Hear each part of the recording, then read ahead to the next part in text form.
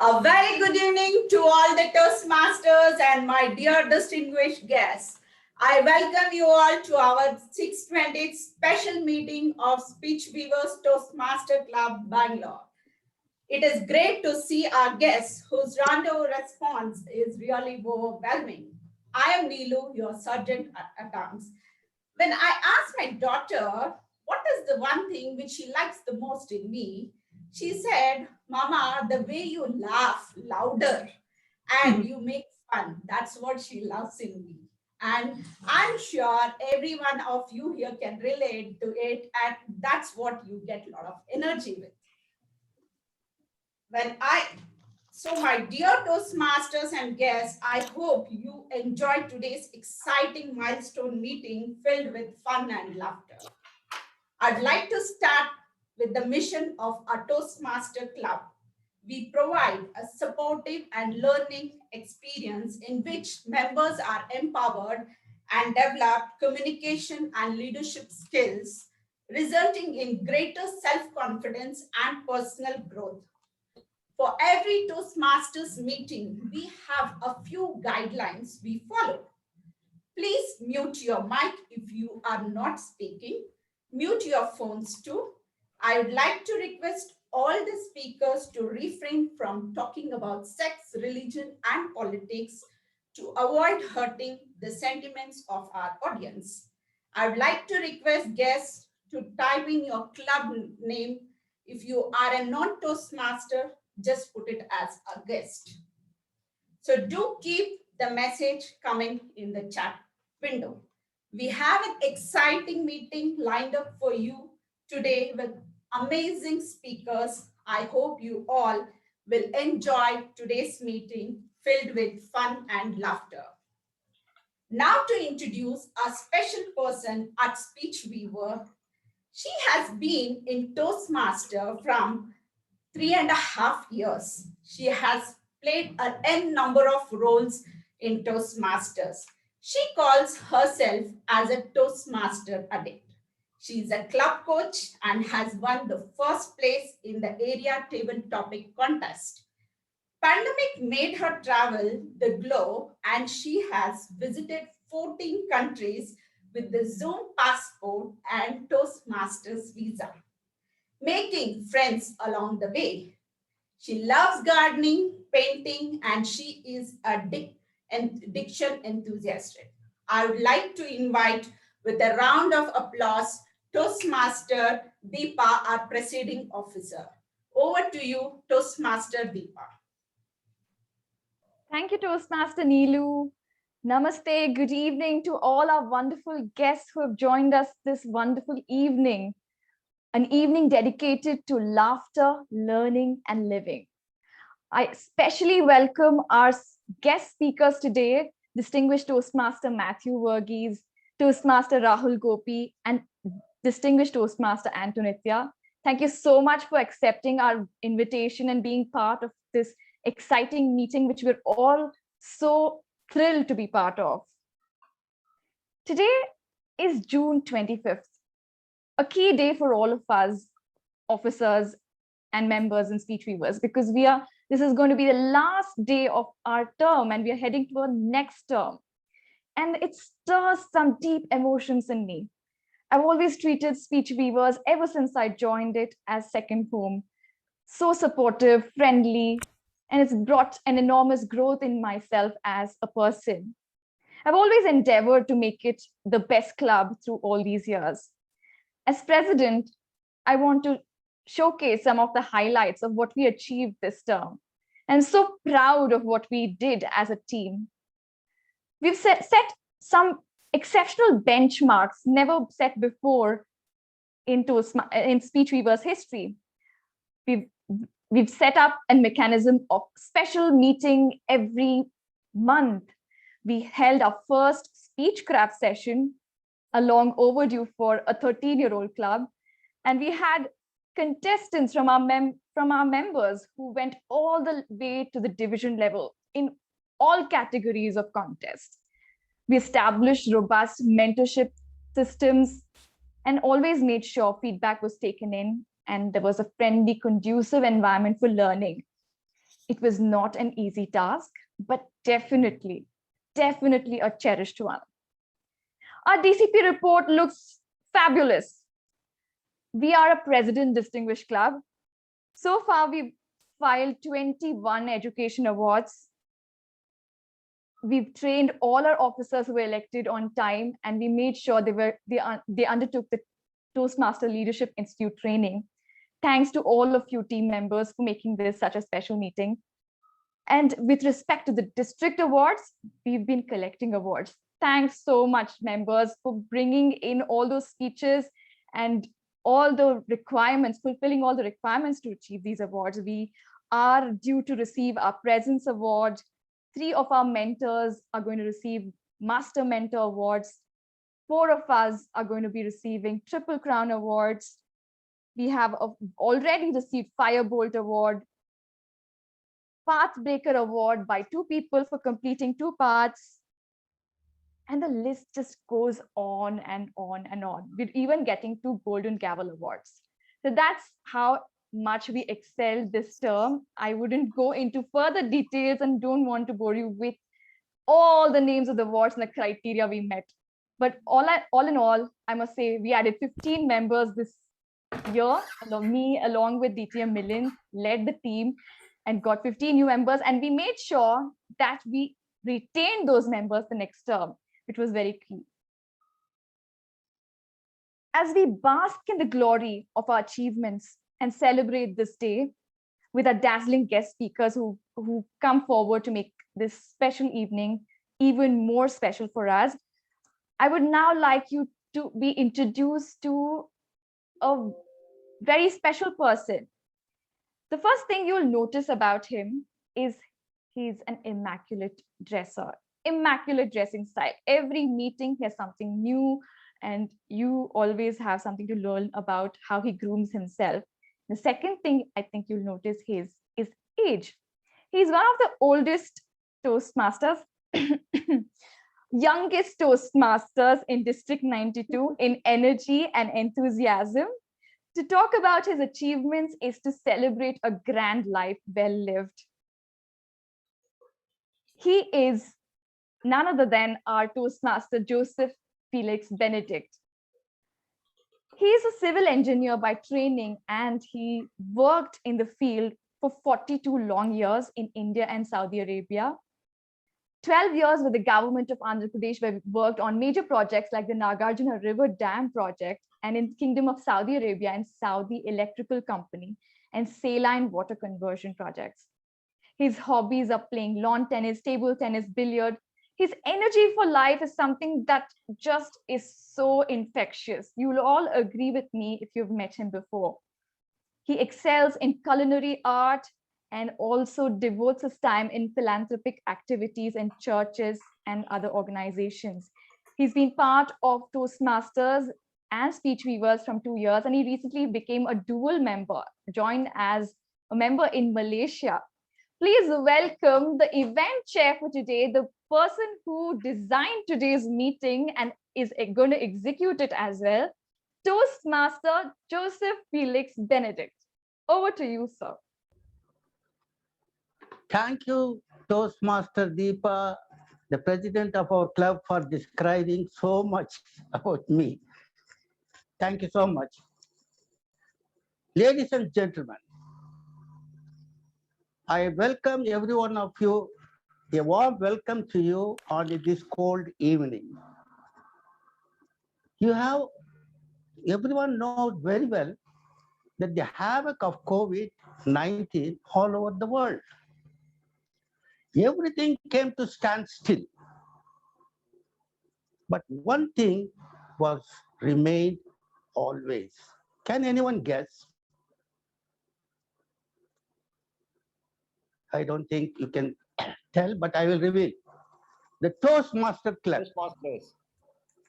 The Toastmaster Club was never stopped, and it is still continuous for the past 1.5 years, even during the COVID pandemic. Now, Toastmaster, being a fraternity club, sent condolence messages for the bereaved families, cautioning to follow safety procedures, and blessed all those families in every meeting so that they can be all keeping good health in positive approach. So for that we have, even in this club also, we have taken a theme called laughter, learning and living. That will give you the immune system strong. Laughter establishes a positive emotional climate and a sense of connection between two people. In fact, the major function of a laughter is bringing people together. The more social a person is, and the more social support a person receives, the more likely that laughter will result from that social connection. Mutual laughter and play are essential component of strong and healthy relationship.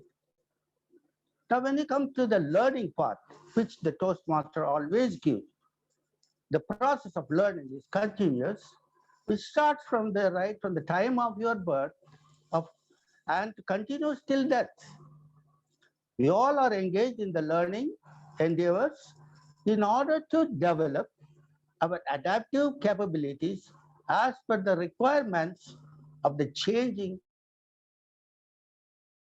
Person keeps on learning across the stages of his life by constructing and reconstructing experiences under the influence of emotional and institutional dispositions.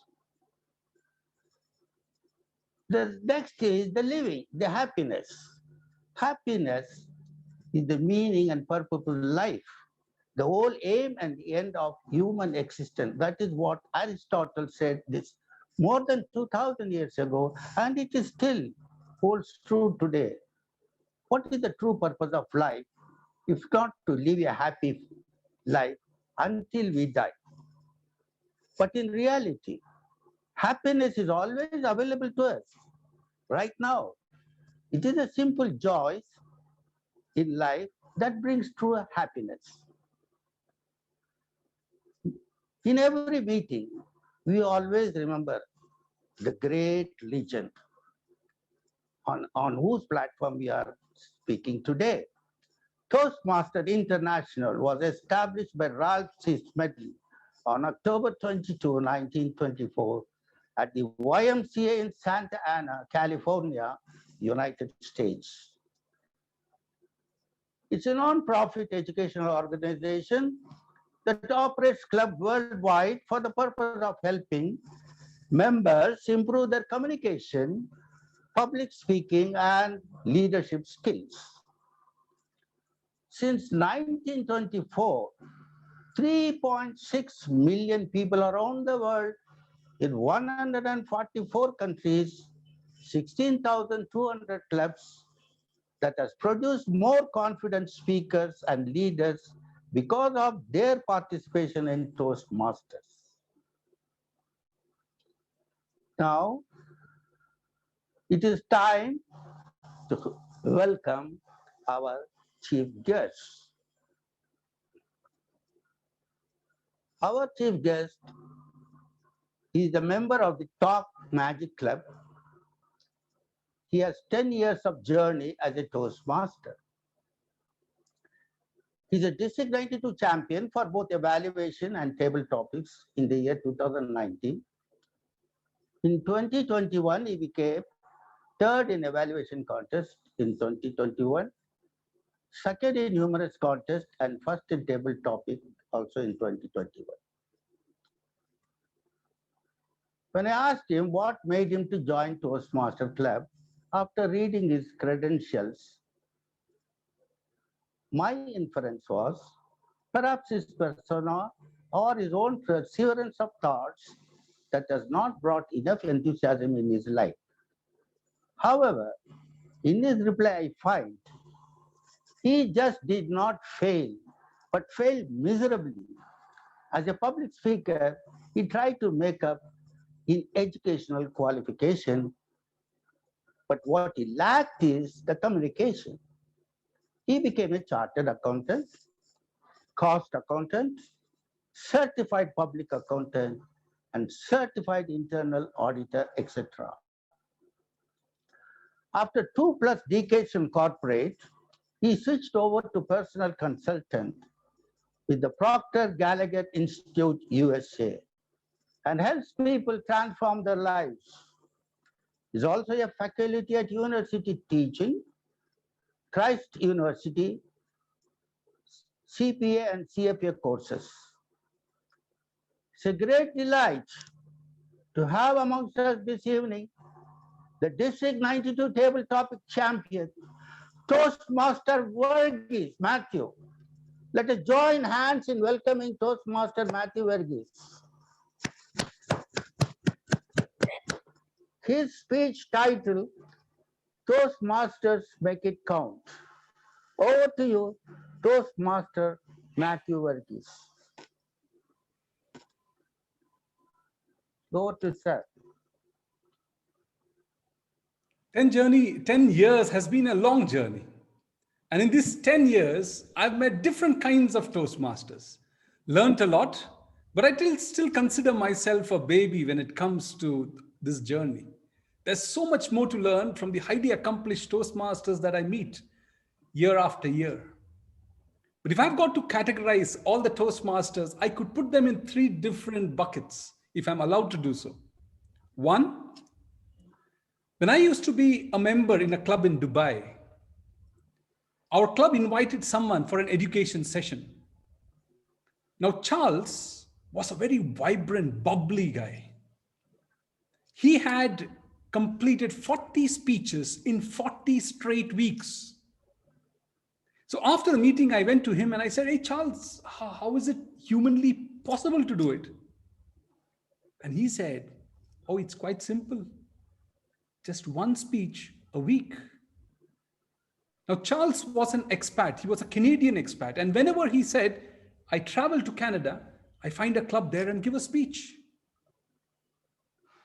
Now, back then, we only had offline meetings. I cannot imagine how many speeches Charles would have given had it been online. Well, back then in the old path, in order to get your advanced communicator gold, you had to give 40 speeches. And it was his mission to give 40 speeches in 40 weeks. He accomplished that. Now, those kinds of members is whom I would like to categorize as go-givers. They give their speeches, they give their heart out, and they want to transform lives 1 speech at a time. The second category of people, I happened to meet a friend of mine, an ex-colleague, Raj. He joined Toastmasters to improve his communication skills. End of the term, Raj did not renew. So I asked him, "Hey, Raj, why aren't you renewing?" And he said, "I don't see much improvement. Further, I've come to believe that public speaking cannot be taught." So I said, "Hey, how many speeches have you given?" He said, "I've given 2 speeches." I said, "Isn't it too less a number to be able to judge your progress?" Further, I agree with you that public speaking cannot be taught. It can only be learned. And Toastmasters gives you that platform to learn public speaking. Well, I wasn't able to convince Raj to stay. He moved on. And this category of people whom I would like to call movers. They join in, stay for a while, and then just go. And then you have the third category of people. These are those members who renew diligently. They participate in the meeting regularly. Should there be a role that is left vacant because of someone backing out, they take it up. But that's all they do. They don't make much progress. And this is the category I would like to call as fence sitters. Sitting on the fence and enjoying the journey, but not really getting much out of it. Now you can look at Charles being a go-giver, you can look at Raj being a mover, and you can look at many others who are fence sitters. Now 10 years back, when I used to be in Kuwait, I happened to see an advertisement in the newspaper, and it read, "Want to improve your communication and leadership skills? Join Toastmasters." I went for the meeting. Gentle folks, good speeches, great snacks. I enrolled. 6 months later and 6 speeches later, I participated in the club contest, moved to the area, then to the division, and then to the district. In that first year, I happened to win the second runner-up at District 79 contest. Now, you would think that that's a good incentive to take the journey forward and try even harder the next time around. But no, I went into a hibernation, hardly gave any speeches, attended occasionally. I became a fence sitter. Now, if you're wondering whether the quality of the snacks deteriorated, far from it. But I've now come to understand that there are 2 reasons why people go into hibernation or why they tend to become fence sitters. One, complacency. If you go too fast or if you progress too fast, you may tend to think that you don't need Toastmasters. If you progress too slow, you may think that you're not capable of keeping pace. In either ways, complacency sets in and then the journey is hampered. And the second reason is commitment. Now, there is a difference between people who join Toastmasters with an interest to improve their communications. Those who join Toastmasters with a commitment to improve their communication skills. Interested in improving will attend the meeting if it is convenient for them. But those who are committed will attend the meetings and make progress no matter what. Raj was interested. Charles was committed. So as I was on that journey in that hibernation mode, I attended the meeting. And our president then, Toastmaster Xavier Muthu, he gave us a very powerful presidential address, just like Madam Toastmaster Deepa gave us one today. And he said, he used to work for the American embassy. So he said, last week, the American delegation came to our embassy and I made a presentation to them. And I won accolades. They gave me a good pat on my back saying that that was a brilliant presentation. And he said, all thanks to Toastmasters. But what he said after that had such an indelible impact on my journey that I still remember it as if it happened yesterday. After all that he said something. He said, my dear Toastmasters, take Toastmasters only to be a means to the end and not the end. And then he looked at the crowd and said, what is your end? Saying that, I felt he locked his eye contact with me as if he was talking straight to me. What is your end? And I said, I thought what he said was so profound that Toastmasters is not an end. It is just a means to the end. So unless you and I have a means or an end that we are pursuing and take this as a journey to be able to get what we want to get outside of Toastmasters, only then will we be able to reap as much. When Raj quit Toastmasters, he did not understand the law of reciprocity.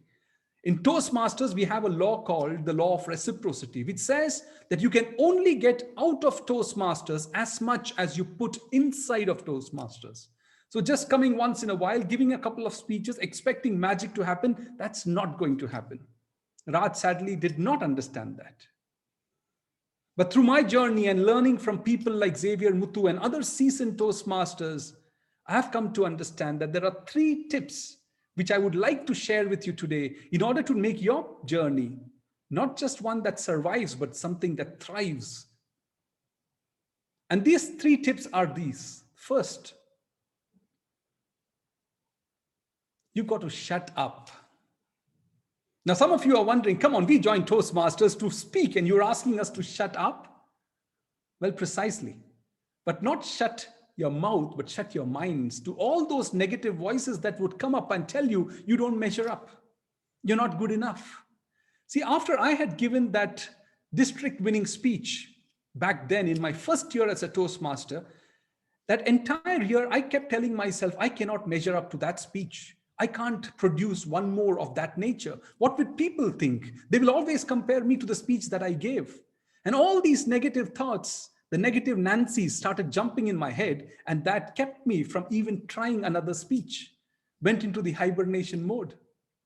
How many times have we noticed that people back out from roles in the last minute? When I used to be the VP Education at Talk Magic Toastmasters, and that was a time when we didn't have many members, unlike today.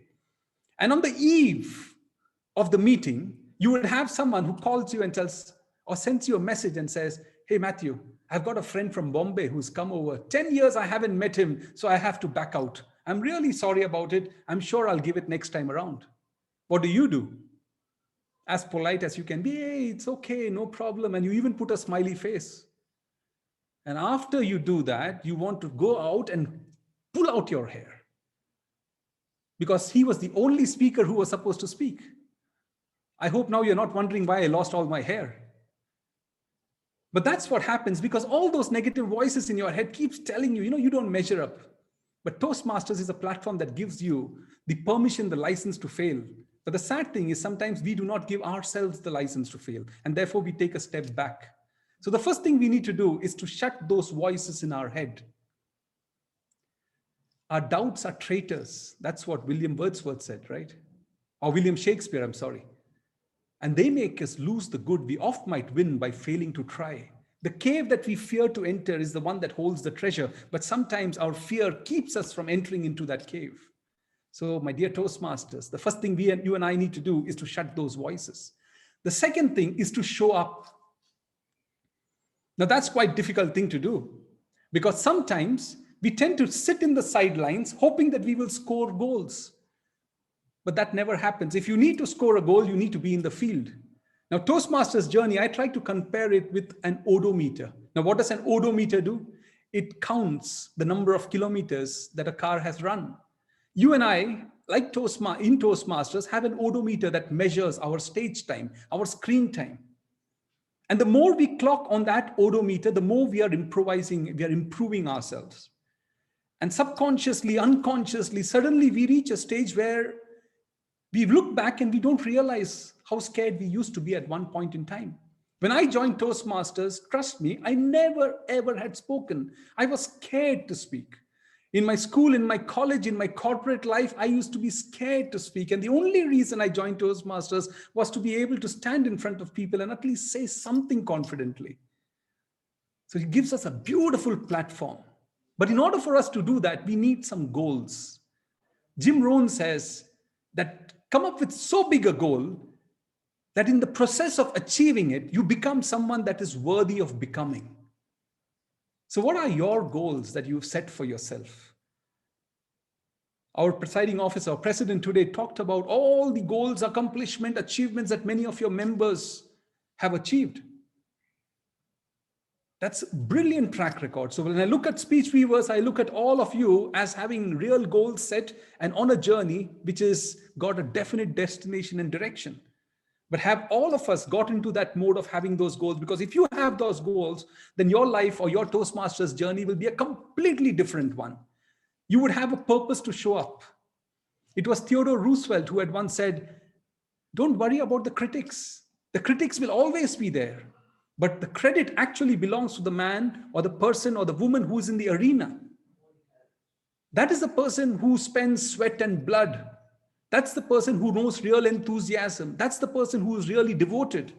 That's the person who spends himself or herself in a worthy cause. And what happens at the end? Either they will taste victory or they may fail. But even if they fail, at least they fail while daring greatly. And such people's names are not among those cold and timid souls who neither know defeat nor victory. They make a difference. So it's very important that you and I show up. So once we have shut those voices in our head, once we show up time and time again and give ourselves the permission to fail, the next thing that we need to do is to step up the game a wee bit. That momentum that we have created causes us to take one more action and one more action and one more step. And then that journey becomes really productive, really enjoyable. It was Harold B. Melchert who had once said, live your life each day as if you're climbing a mountain. He said an occasional glance to the summit keeps the goal in mind, but there are many beautiful sceneries to be enjoyed from each new vantage point. He said, climb slowly, steadily, and view from the summit will be the fitting climax to your journey. Toastmasters is much like that summit that we want to climb. We fix a point for ourselves so that we can get as much as we can from this beautiful organization, from this beautiful platform, from a beautiful club, and then take our learnings outside and implement them.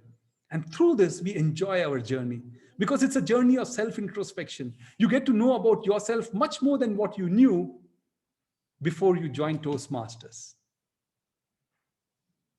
Like Toastmaster Deepa now mentioned, this is the last meeting of this season.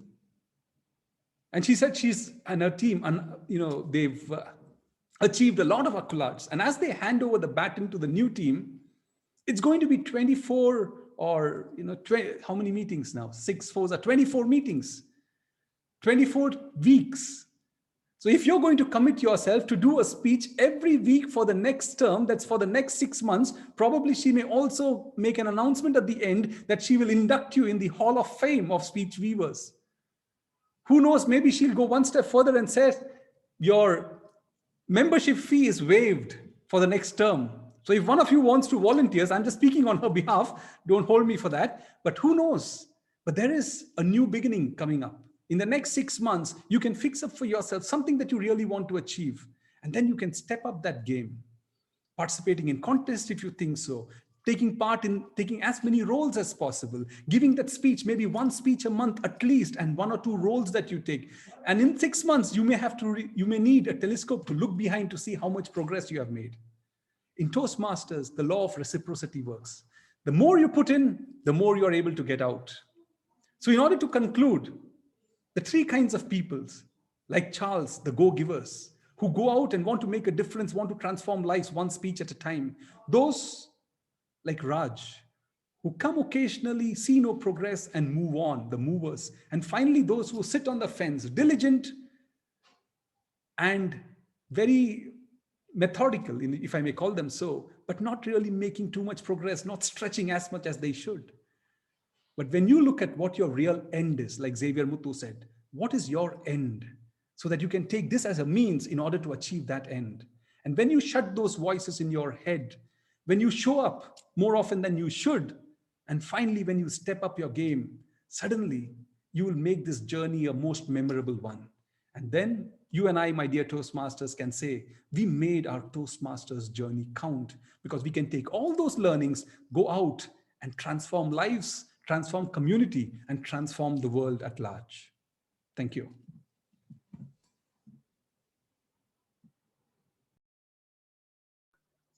Let us give a great applause to Toastmaster Varghese, Mathew Varghese.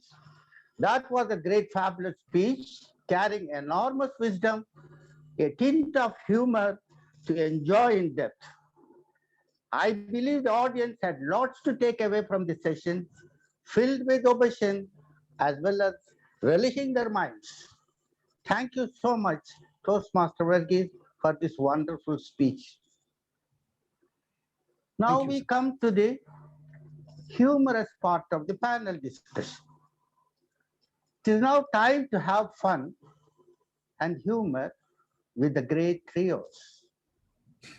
I will now hand over the stage to Toastmaster as a moderator for panel discussion. He is a non-executive chairman and resident director of AVM Impact India Private Limited, a subsidiary of the Dutch-based global entity specializing in audiovisual technology. He is a company secretary and law graduate. He is certified independent director and a mediator.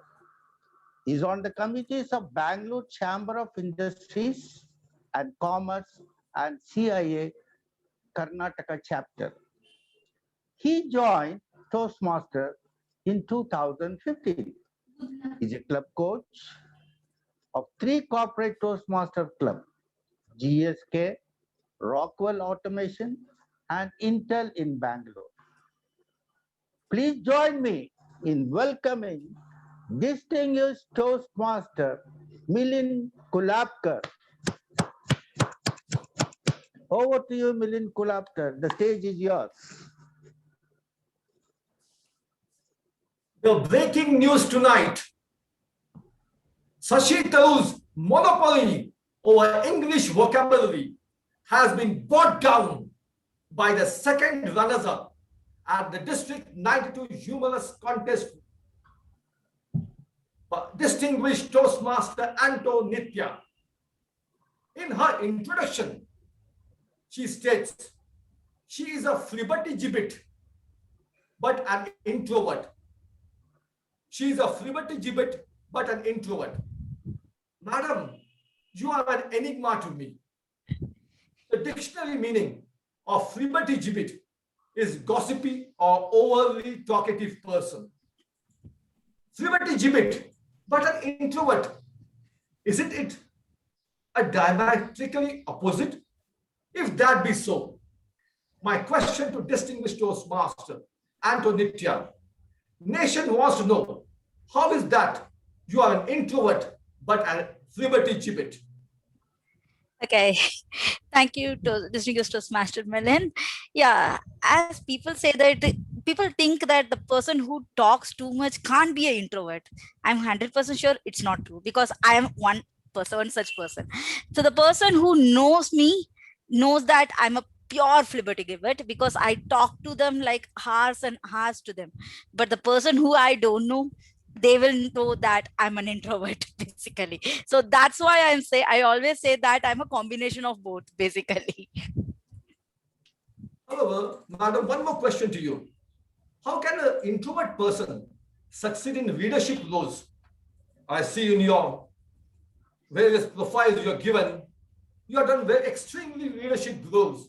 You have served as club mentor, club sponsor, club incubation center volunteer, speechcraft coordinator, youth leadership program. You're a leadership mentor. You also served as the public relation manager and has been awarded as a best area director. So how can an introvert person become a good leader? So to be honest here, it doesn't mean that for being a leader you should be an introvert or an extrovert, to be honest, because it at the end of the day, the point is to be a good leader you just need to understand what the members need.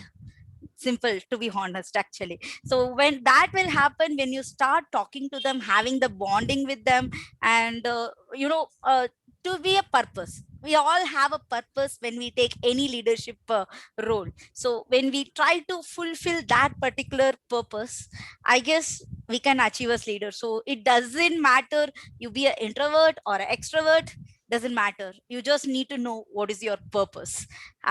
Understand your purpose, I guess then you can excel in anything, be it public speaking, be it leadership, be it anything. So that's my take on that. Thank you. Ladies and gentlemen, the second breaking news tonight. Antitrust Authority of India, the Competition Commission of India, has served a notice on distinguished Toastmaster Mathew Varghese. The allegation against him, he has been winning laurels at various Toastmasters competitions at district level year after year. And in the year 2021, it was complete domination. He was the second runner-up at the district level evaluation contest. He was the first runner-up in district humorous contest and a district champion of table topic.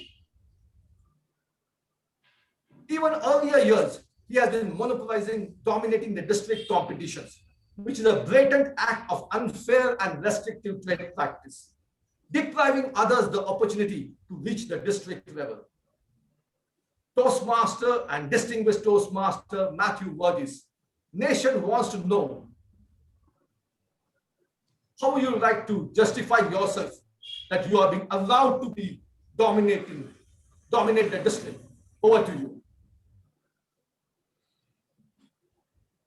Milind sir, can I answer that question in two parts, first of all?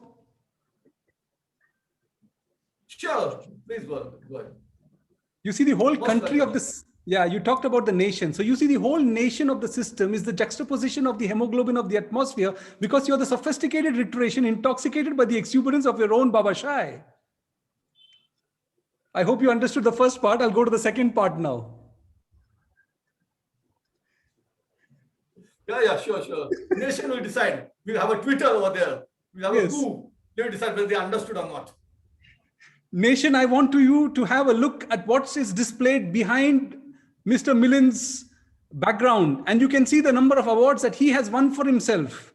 So for him to charge me with that blatant act of monopolizing district, I think is not fair. And secondly, the reason I have a dream, and I can be very honest why I'm chasing this. And maybe all speech members will relate to this. The only reason I kept participating in contests year after year after year was to fulfill one dream. And that dream was to be invited by speech weavers for a keynote address. Nobody invited me from speech weavers until now. And now that you have invited me, I think the reason why I participated and won the district competitions has finally paid off.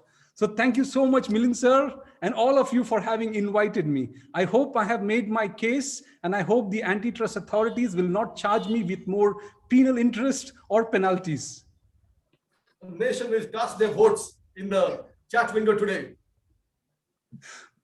Ladies and gentlemen, the third breaking news tonight is that our District 92 Humorous Contest champion, Raghul Gopi, as per his introduction, has only one wife. Only one wife. Raghul Gopi, nation wants to know why one wife. Thank you, Milind sir, for asking that question. Luckily, my wife is not around here. The reason being that is like from a very young age, I failed at everything. So I was a very fat kid and I was not very good at sports. And I always failed in class. Even one time I got 0 in maths. So I cannot achieve anything in academics. But I had one very good talent, which is lying. So I convinced my wife by saying a bunch of lies to her. Then I trapped her in my vicious clutches and trapped her. That's all. Okay. Rahul, in your current championship speech, people laughed like anything. And you used multiple props, chair, packet of chips, and so on and so forth. Nation wants to know, how many times did you rehearse, record and edit your speech? And was there someone helping you along the process? Say, for example, mentors or audience? What is the secret sauce of your championship? Sure.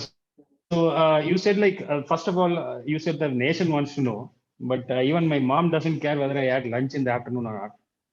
I highly doubt that whether the nation really wants to know this. Talking about my speech, how I developed my speech was like how humans evolved from monkeys to human beings, right? My speech initially was a assorted garbage. You see, then I had to refine it and process it. And I found 2 people in my life who helped me in refining the speech. One was my biggest critic. The other was the biggest, probably word I'm looking for is a supporter. So the biggest critic was my wife. So her character is like, she's like the patient who comes in the Munna by MBBS movies, right? She doesn't show any reactions when I tell any joke. It might be the most wonderful joke in the world. She will just give a small smile. So whenever I give my speech to her and she smiles a little bit, I know that it's a winning speech. So, what I did is I gradually added jokes to it and I tried telling it to a few people, and the areas where they didn't laugh, I just refined it, like added some more humor to it. And that's how the process went on. And people like you, so there were some mentors to me. So I sent my speech to them and they reviewed it and they got back to me. So that's how the process went. Thank you. And our chat window is open for the nations to ask any question. They can put it over in the chat window. Now moving on to Nithyaa. Nithyaa, you excel in impersonation in your humorous speeches. how does one learn the art? And could you show us an example of impersonating? Okay, so impersonation is basically if you see my speech, it was basically whatever happening on my daily life, because I am a single child to a parent who my dad is from Kerala and my mom is from Tamil Nadu. So it's a daily thing which I am seeing it. So while scripting my speech, the main problem was what to put, what not to put. That was the main problem for me, because there are like a lot of content, because it's a 30 years of my life is on this. Daily you can hear at least one comment, they argue about the states. So I was thinking, why not we pick this content, and we started framing this one. And while giving it, because I mostly grown up in Tamil Nadu, so I don't have the Malayali accent or anything. So what happened was, like, my mentors, I cannot say it's my mentors, my best friends. Basically my best friends were my mentors for the entire humorous speech and also my ISE speech, basically. So they were the one who used to schedule the call, and we all will sit in a group call like this, and we chat for some time. Like if it is a if the practice is for 1 hour, for 45 minutes we chat and 15 minutes is the practice. That's how we do. So that's why I said this, like we are like so close friends. And we started doing, and my one of my friends, he pointed out that why not we can come up with that accent which can give the impact. And I tried a lot by just trying to speak in Malayalam with my father. Didn't work out.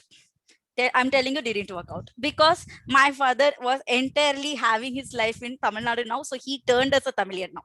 So I cannot go and get that accent over here. So next to what I did was, I relied on my second love, that is called movies. So I went and watched Malayalam movies, that too not like a small, I mean, you cannot say it is a Bangalore days or something like that. I took the very regional one, like Pranjietan and Saint, such kind of movie where we will get that particular slang. And for nearly before the contest, 5 days, entirely Malayalam movie. I didn't practice much, maybe 1 hour of practice every day, but full of Malayalam movie I was seeing it, and I started speaking on that. So that's Okay, how now, I tried my impersonation. Nithya, I have a challenge to you. You just heard me speaking, no, as a moderator. So if your Malayali accent moderator says that, can you show that? Just try. Okay, just go ahead. That's really hard for me in a sudden way like that. That's why I said before the contest, I Or you was can just watching or you can entirely just 5 days. impersonate me. Doesn't matter. Malayali will be too difficult. Impersonate. I me. can't impersonate, you know. The thing is, like, until I see them, I study them, and all those things, I cannot. Oh, so you mean to say impersonation is a serious business? You have to practice. Serious business. Exactly. So it's a very serious business. Absolutely. So impersonation or even humor is a very serious business when you are doing. Thank you for that check. Okay, thanks. Now coming to our distinguished Toastmaster, Mathew Varghese. Sir, in your introduction, you stated that you failed miserably as a public speaker. What were the turning points? Of course, you narrated one thing about your club president. Are there anything which turning points which made you being consistently winning championship, both online and offline? Something more about that?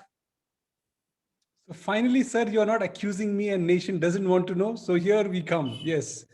I had a very traumatic experience, if you may call it so. At the age of 14, I first participated in my interchurch elocution competition, and I happened to win the All Bombay Championship. As a result of which, I got pushed into the second, third, fourth tournaments, elocutions.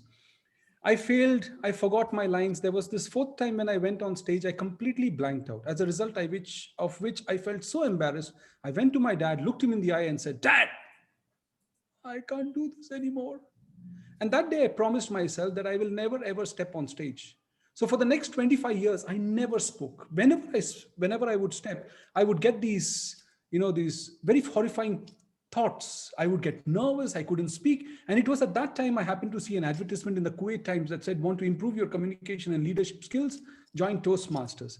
That's when I went there and I found the people were really gentle and everybody was speaking. They give you the opportunity. In fact, I didn't know there was a club contest. I had only given 4 speeches. And just before the club contest was announced, my president forced me to give 2 speeches so that I qualify and send me to 2 other clubs, because we used to meet only once a fortnight. And it was he who, Toastmaster, Mohan, who pushed me at that time and got me qualified, and the journey continued. For me, I'm a very late starter. And for me, I believe that there's so much to get out of Toastmasters.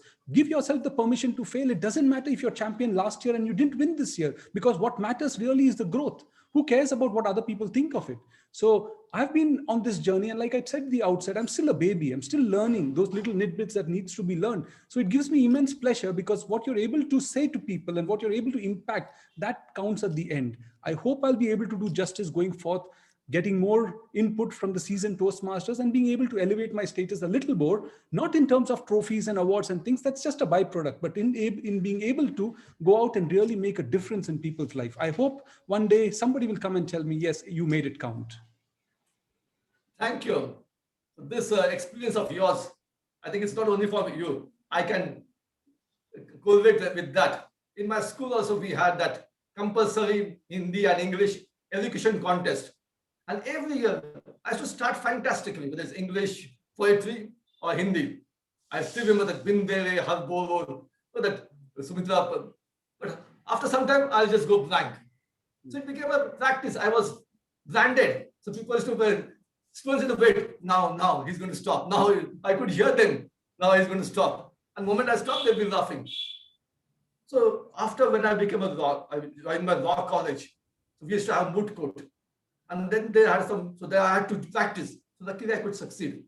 So first time I went outside that, we have that at Ramakrishna Mission, and Swami Vivekananda's statue, we had an education contest. My sister was sitting, she was also contesting against me. So she was keeping her head down and praying to Swami Vivekananda, I should not forget. And thanks to him, I did not forget. And that was my starting point of my public speaking. Thank you for that.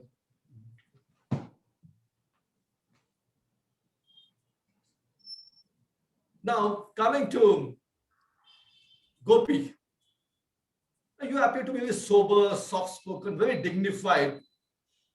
So what do you think? At the same time, you're in your professional life, you're a senior software engineer in Cisco. Does humor has an important role in your profession or professional life? Do you apply that? Or should we not apply? What should be our take on that? Sure, sir. So humor is part of our day-to-day lives, right? So from a very young age, I realized that I was a class clown. So I was always able to make my whoever is sitting next to me laugh by telling all the silly jokes and everything. Whenever the teacher writes the names on the board, my name will be in the top 3. So that's how I started. And the question which you asked, do we use humor in our work? So every day I try to use humor. For example, my manager doesn't laugh, but anyways, if she asks me whether I completed any work, I usually lie. So, but that is humorous for me, but it is serious for her. So that's how it goes. So we use humor every day, right? So unintentional humor is best, I think. So, example, to give you an example, one time when you said that I was very sober, but you seem very confident on that. You don't know what state I'm in. Just kidding. One time when I was drunk and came home, when I was in my early teens, my mom opened the door and I told, Dad, did you have your dinner or something like that? And I went and slept. So the next day, my dad was very serious and angry on me. So did you drink yesterday? And I told, no, I promise on you. No, I did not drink. So do you know who opened the door? I told like, it was you, right, Dad? No, it was mom. I called my mom as dad. So those are the incidents that we can take the content out from. So that's how I do that. And of course, I use humor on a daily, like the Chandler Bing and Friends web series. I use humor as a defense mechanism. I had a very troubled childhood. And so, so that's how it came up. And one more thing, I also noticed that you play badminton, watch movies, and play guitar. Has that inspired you something while you're doing these hobbies like playing badminton, watching movies, guitar, playing guitar? Gives you some more ideas, topics for your humorous speeches or something? Because normally they say, no, person who's a speech crafter is supposed to be a studious student, not into sports or something. He should be focused on what he is doing. But whereas you seem to be multi-talented, does that help indulging in sports and other things, hobbies? Sure, sir. So, like I said, so whatever we see, so if you look at the major stand-up comedians, what they do is they do not create humor. They are like observationists. So they observe whatever is happening around them, and they try to derive humor from them. So, like what fellow contestant Nithyaa told, she observed from her family experiences and incorporated that in her speeches. So funny humorous stuff can happen anywhere, right? I don't want to go in depth on that, but humor can even happen in a tragedy also. Even in yeah, so you can derive the content from there. So of course, sir, even when the first time I started playing guitar, it sounded like someone was killing a cat. So I did not know which string to pick. So the guitar didn't feel right in my hand. It was like an arranged marriage. So that's what I'm trying to say. So hope you get the point. Thank you. So good takeaway. So for humor, the incident may be very tragic incident. It can be very tragic. At the same time, you can derive humor maybe afterwards and make it into humor. So incidents can be picked up from any area because that may be connected to many of the audience. So thank you for Rahul for that. Now coming to Nithyaa. You have said in your introduction that you are a mother of drama queens. Now, this is a bit surprising. You are mother of drama queens. Can you just explain who are these queens and who is the mother over here?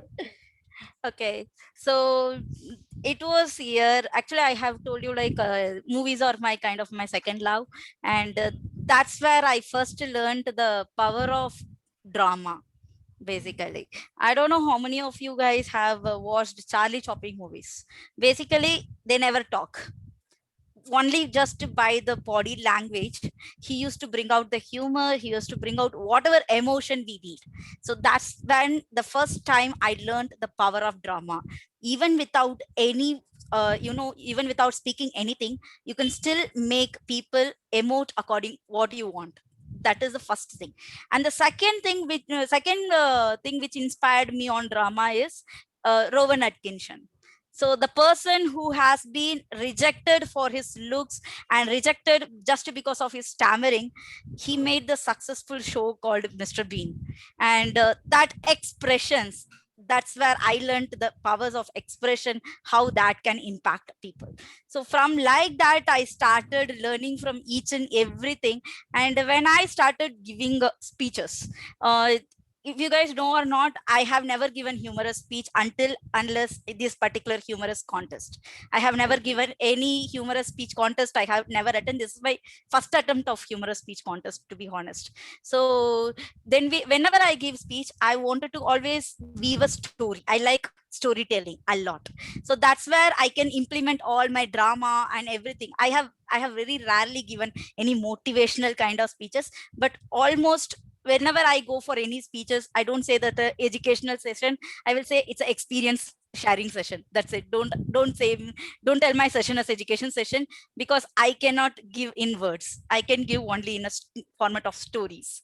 So like that, I started implementing. And then when my friends told drama is your strength part. So as Toastmasters, we always focus on what's our strength.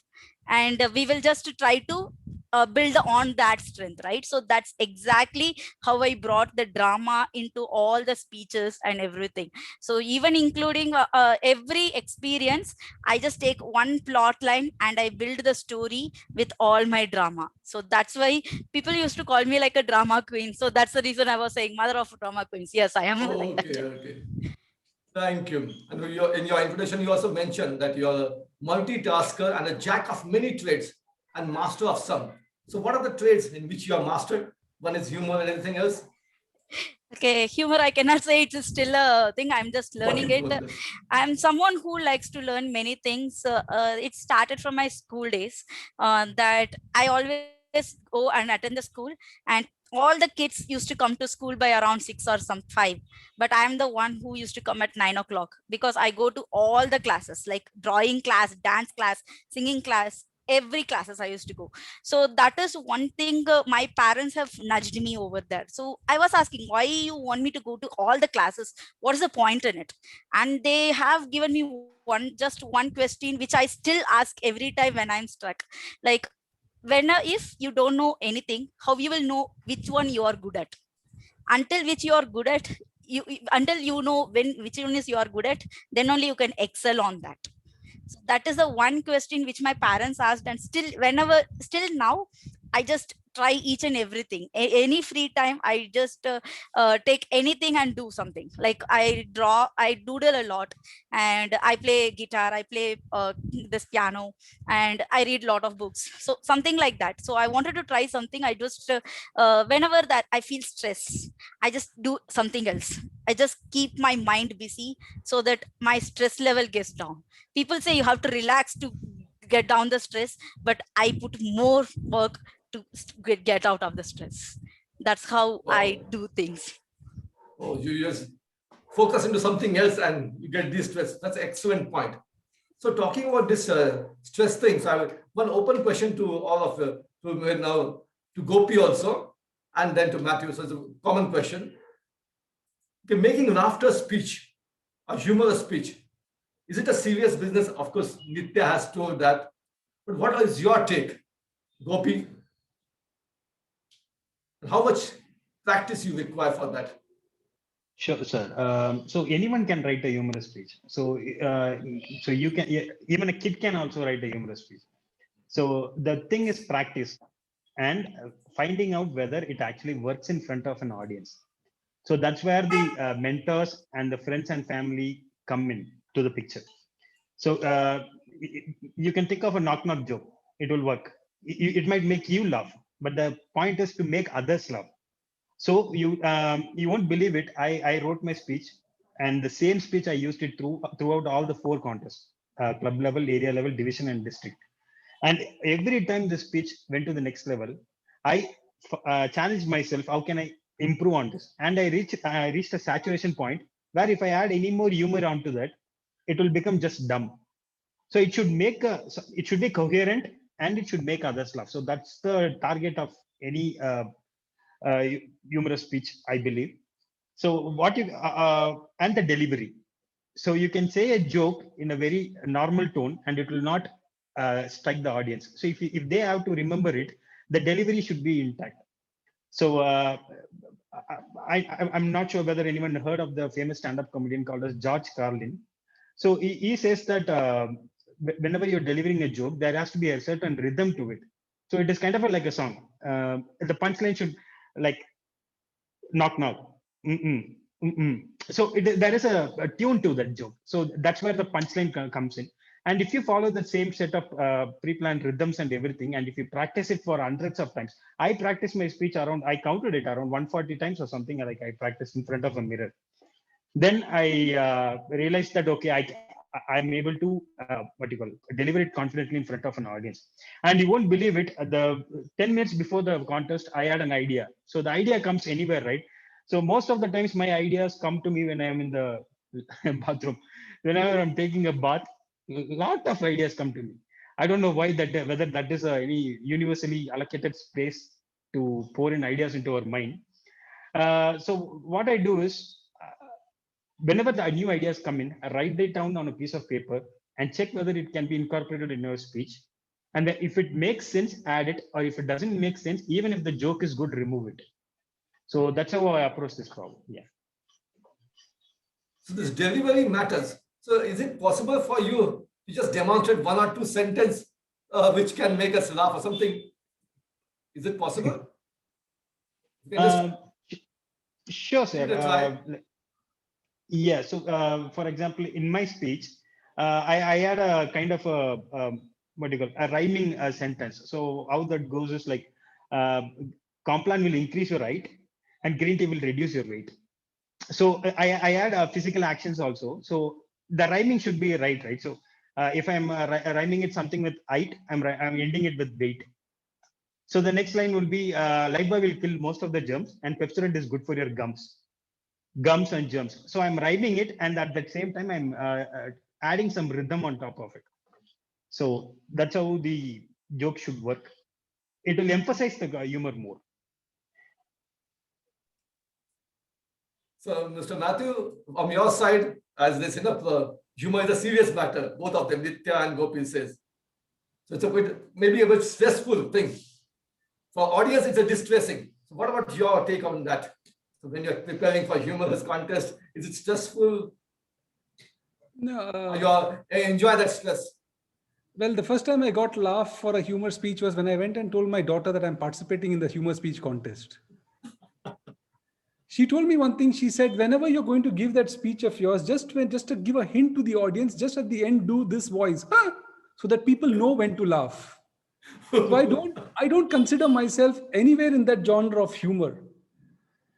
So I do not, I'm not in a position to be able to practice. That is something, a disadvantage, I think, from listening to the champions. Now I know why I lost to the champs, because they practice. What I do is I try to write. And for me, it's more like an internalizing process. So I'm not in a position to practice, but internalizing happens because I looked at my draft. And when I read at my draft, I'll read my draft. So, and I'm more a bullet point kind of a person. So at the end of it, I think none of our champions will say that it's a process that is serious. Of course it is, but I don't think it's a process that we endure. There are two ways to look at any speech that you make. You either enjoy the process or you endure the process. If you endure the process and if you think that winning is my only game and I have not done it, therefore I have to win it, then it becomes a process of endurance and then you don't get much far. But if you think I'm throwing my hat at it, if nobody laughs, at least people will laugh at me for having participated in a humor contest. Take it in that spirit, because at the end of the day, all we are looking is for getting that one step to tell people that I also participated. It doesn't matter whether you win or lose. So my journey was just as a fun journey. Threw in my hat. Of course, I was able to make it, to that level. I'm happy about it, but I still consider myself not being somebody who is of a serious humor genre. Thank you. And now your profession, chartered accountancy, and other things, triple qualification. Now you're faculty. So do you use humor over there? Oh yes, I do. Okay. Yeah, I share some incidents or something. Any humorous incidents, either or in your profession? Sure. Because humor can lighten the mood. It can bring your age down. So you see, when you look at me, you feel that you're talking to a 27-year-old guy, right? Don't you? Yes, my age has frozen as 27 because ever since I started speaking and doing humor, I haven't grown beyond that. Okay, my physical appearances may say otherwise, but I haven't. So I went to this class of mine and I was teaching them CFA. I'm a professor teaching them equity investment. So I announced to the class, this time class, when you're going to take your CFA level 1 exam, I too am going to take the exams. And yes, sir is going to write the exams with us. Then I said the next statement, I'm going to do it for you. And one of the students asked me, sir, how is it that you're going to do it for me? Now, just to give you a background, CFA level 1 is quite expensive. You pay close to 1 lakh in order to be able to enroll for the exams. So I told my class, look, not all of you are going to pass. In fact, majority are going to fail because the pass percentage is very low. So what will happen? You will call your father on the day of the exams and say, Papa, results are out and I failed. Immediately your father from the other side will say, you good for nothing fellow, you wasted my money. I send you to the college to study and this is what you do with the money. Immediately you can tell, Mathew sir also failed. Then your father will say, okay, beta, don't worry. It happens. Next time you try hard. So I said, look, I'm doing it for you. But you won't believe, when I went to the exam hall and entered the center and we were walking to the exam hall, I hear a voice, somebody called from behind. Yay! I look behind. It was the security guard. And he yells and says, parents not allowed. I had to then show him my admit card. He looked at it and gave me a look. Very impressive look. He said, that was fine. But can you, Milind sir, imagine a situation when you and your students write the exams and your student passes and you fail? I took that big risk. And I was giving an opportunity for them to laugh. Hey, my teacher failed, I passed. But fortunately, by God's grace, prayers do get answered. I passed. So I'm always God looking bless at you. challenging myself and taking the risk. Sometimes students will laugh at you, but it's okay. That's what life is like. Take the risk, no reward. So yes, I try to sometime, enjoy at the expense, at my own expense, and let the students laugh if they get an opportunity. Why not? You are lucky. In my case, I almost reached the cost accountancy, last exam, group 4. Still I have not passed. And I left. The students passed. So that is what has happened. So that's all. So we are in the same boat. I feel comfortable now. Okay. So any humorous anecdotes from your Nithyaa, something like now here shared, oh, what about you? Anything? Okay, so it is kind of like it was a tragedy. Actually, I can say that tsunami time, right? So I was a survivor of a tsunami. So during the tsunami time, we were in Velankani, and we reached the first floor of the church. And my dad was just looking through the window, like all the cars and everything was messed up together and everything. And by the time I was like, I don't know what to do and everything, because I was just a teen kid, and I don't know what to do and nothing, because no one has a clue, because when we are going to go down, nothing.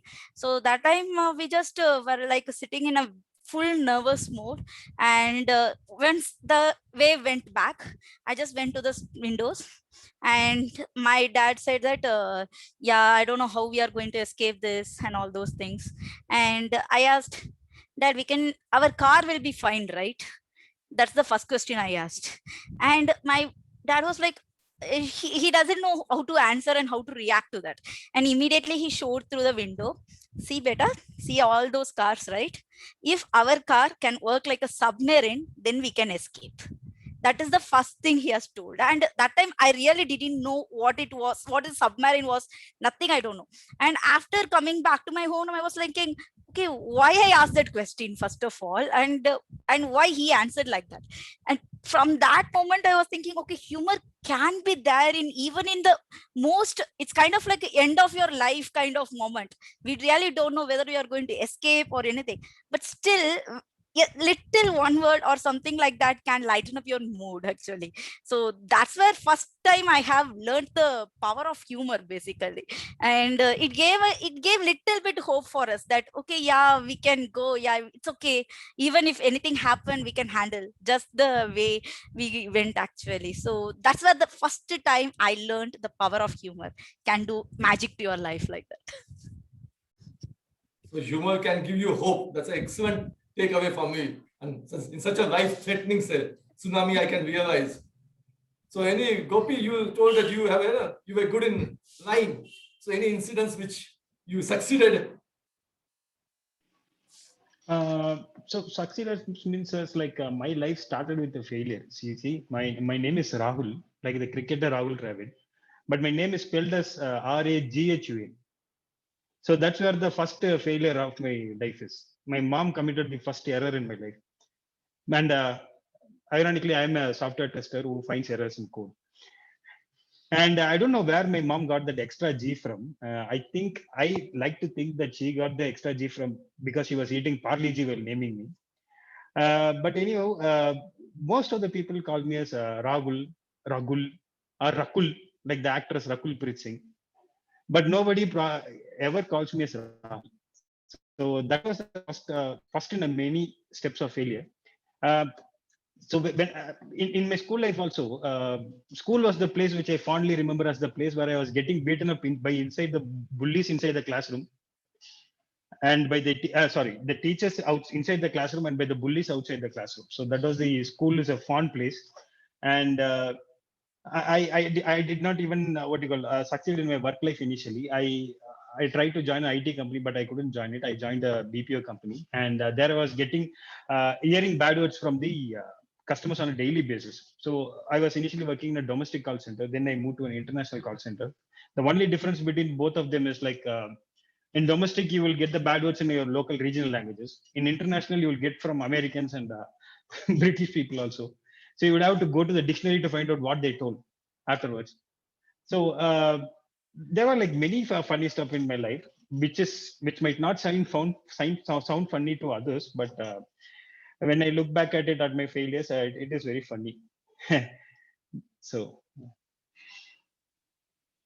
Sometimes, especially when you go international, or you're giving a speech at international Toastmaster now that Frank, so you may have to have a humor which is universal. Certain humors are applicable to our Indian circumstances, our accent or something. They may not even understand the humor in that. So anyone can give some idea. It's our Vandana from our speech viewers has asked this question. So anyone of you panelists or each one can give the ideas about that. Okay. To be honest, here it is not only humor; it is about any speech. So finally, of any speech, the purpose of any speech, it should impact the audience. It should give a relativity to the audience, right? So any speech, let's not keep only the humorous. So in this case, what will happen is this is where the three know your audience, and those things will come into the picture. So if you remember, I don't know how many of you remember that but how to choose a title, people say that know your audience interest, know your interest, and know your expertise. So in that circulars, which is the intersect of that one, will give you the perfect title. That's exactly the humorous also. Know your audience and know your interest and know your strength. So that in that intersection, that will come into the picture, and that's where it will be like you will get the correct proper humor which will work out. That's my take on that. Mathew, yeah, I'd from like your to. side, anything? Rahul, yeah, go ahead. Yeah. Yeah, I'd like to add to that. This was one of the question which my mentor asked me to figure out when I was writing the initial script. Find out a topic which is universal. So I see most of the people who are coming up with humorous topics like language or like accents or something which is applicable only to a particular set of people. For example, here in this group, I see many of the Malayalis there. So I can crack a joke like if you say all the A's as O's, you can speak Malayalam. Like if you say coffee, you say coffee. You say ball, you say bowl. You say office, you say office. So you can create humor on that, but only few people will understand here, right? But select a topic which is universal and everyone can relate, irrespective of their caste, creed, religion. So, for example, I chose a topic which is related to lying. Lying, every human being lies at one point of time or the other. So, choose your topics in such a way that even a 5-year-old kid can understand that. So that makes your speech more relatable. That's all. Yeah, I will. Mathew. Yeah, okay. First of all, I'll confirm that I am a Malayali, and so everybody has their different ways of pronouncing. So generalizing, yes, but it does happen. But what I would think is to answer Vandana's question is you've got to look at sometimes themes in connection with the in a universal way in order for us to look at it. Is let's look at marriage, for example. Now, sometimes it could be, for us, it could be arranged marriage, which many of the people abroad may not understand. So if you crack a joke on arranged marriage, it may not be well received because we may consider it as like somebody said during today, right? It was like arranged marriage. But if they don't understand that, then you can't take that speech or that kind of a joke, it will fall flat. But so you look at a theme which is very universal. Now, people going to school, even the speech that I gave, which I said, the teacher used to throw the duster at us, and the duster, we would be called names. Now, many a times for me to take that speech abroad, I wouldn't be able to take it because 10 years, 20 years, 30 years down the line, child abuse was a huge topic there. And people may not take it in the right spirit because see, here we are able to get whacks. I can even whack my children, but that's not the case there. So we've got to be very, very careful when we decide on what topics there are.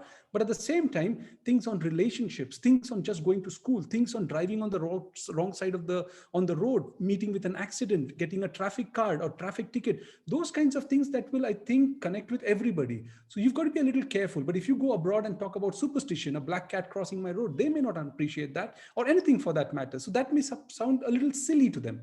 So we've got to be careful on what we decide, and therefore understanding some universal themes, working on it, and knowing your audience, I think will come to good stead. So I think that's the only input I've got to give here. I think that works even in speeches, because what works in your district may not work in international market at all. So that's how it works. So now I'm throwing for 1 or 2 questions from the audience. So fastest finger, they can raise your hand and the Zoom master can unmute them. Maybe 1 or 2 questions maximum, depends on the timer telling me how the timing is going on. Anyone from the audience?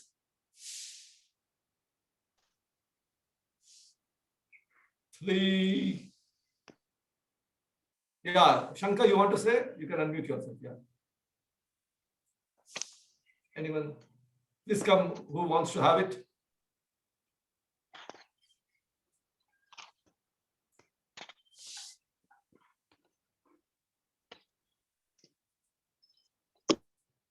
Yeah.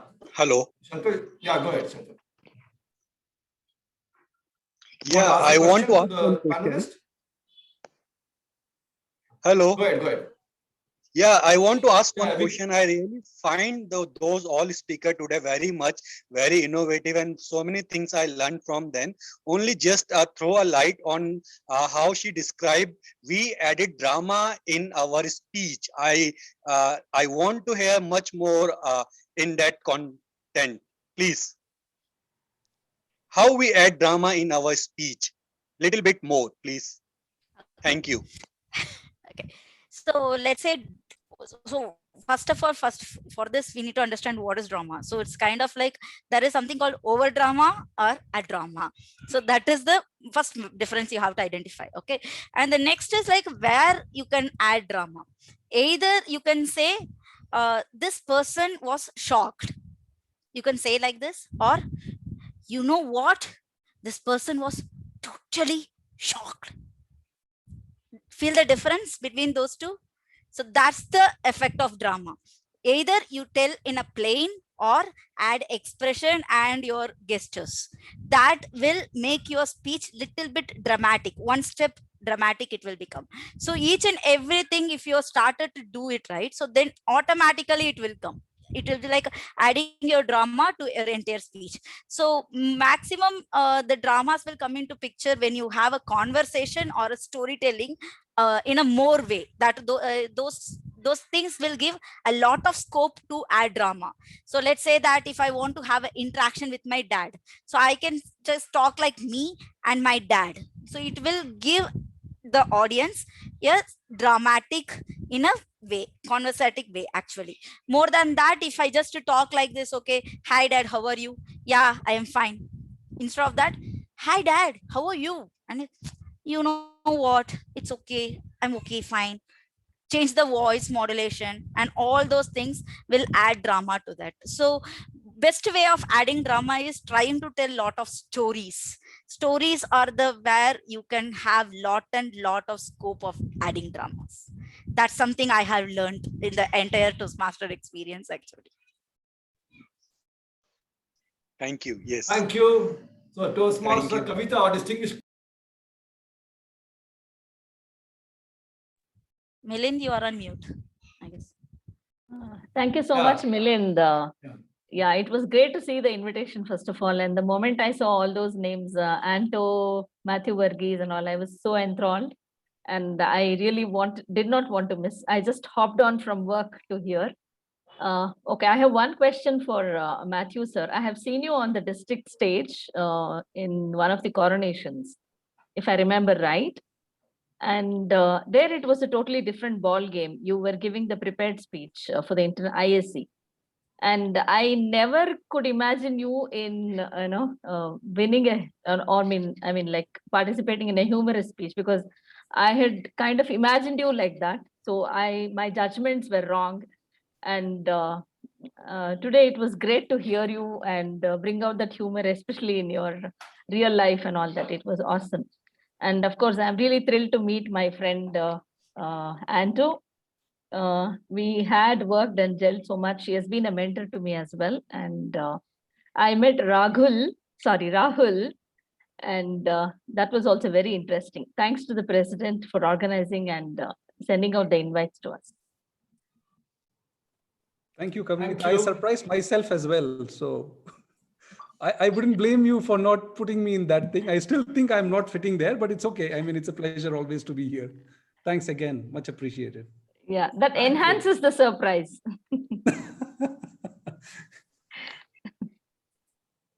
So thank you, panelists, for taking out your time and enthralling us and giving us tips.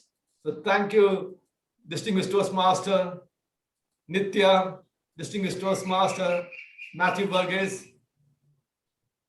Toastmaster, Raghul Gopi. Thank you all. With this, over to the Toastmaster of the day. Toastmaster Joseph. Thank you, Toastmaster DK Milind, for this well-organized way of asking questions and all. And more or less, I would say that we have really watched a humorous speech contest, in other words. So that was really entertaining, at the same time giving us a very, very as well as knowledge from all the three of you. I'll thank so much for your presentation to us and giving us so much of input, and we are all happy to receive all your knowledge. At the same time, we will call once again to this club to entertain us more and more in a different way. Now I would like to call upon one of our Toastmasters, Subhadeep, for giving a vote of thanks. Over to you, Toastmaster Subhadeep. Thank you, Joseph, sir. A session today that definitely needs out or called out to be magnificent. A session that has been engraved in our memories, and a session which will always reminiscent in the future. Today we witnessed one of those meetings which required a lot of planning, grouping of the right stakeholders to ensure that every criteria, every point was revised and presented so articulately. Everything begins with an idea initiated by Joseph sir today, our Toastmaster of the day. The speakers, the awesomeness displayed by each and every champion on stage during the panel discussions, during the keynote session, it was a sure delight to watch you on stage in this digital arena. Thank you for being part of this session and taking the stage and making this event a success. Calling out each and every person who has contributed towards the successful delivery of the idea. Let's join our hands to applaud each and every person. And most importantly, what we speech weavers believe in is our guest, our attendees. Your presence makes us an even better community. A thunderous round of applause for each and every person in the audience today. Finally, the word ikigai. I'm sure most of us have heard it. And during the last few days in WhatsApp channels, in emails, I felt that every person who was involved in this project made sure that their ikigai is the success of this meeting. I'm pleased to be offered the role of sharing my vote of thanks. And I thank each and every person who has joined us in this speech weavers meeting. Please keep attending our weekly meetings.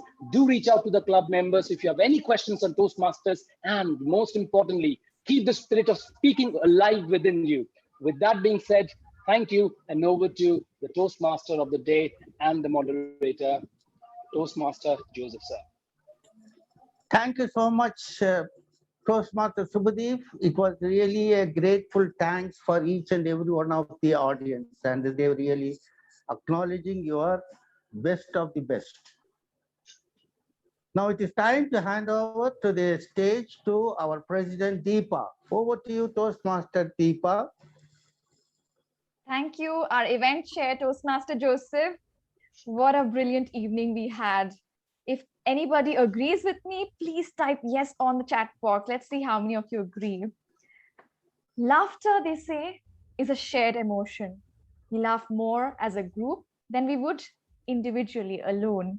We laugh with people we agree with. We laugh with people, and we laugh less with people we don't agree with.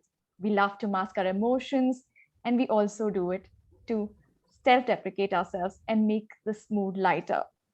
Thank you so much to all our guest speakers for joining us and making this evening so memorable, for cracking us up on so many occasions, and so many pieces of wisdom that I acquired over this whole session.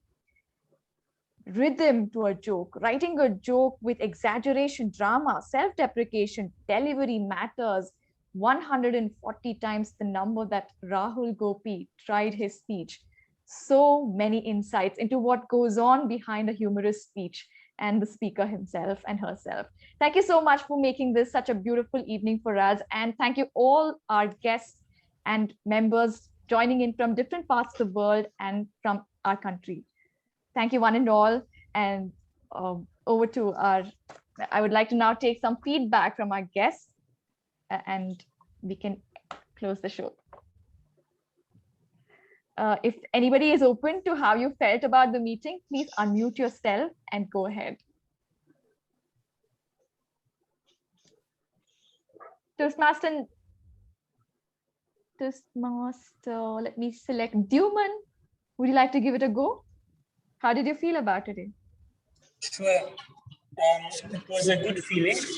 Actually, my connection was going on and off, so I missed out on a few parts, and but overall, it was a good feeling.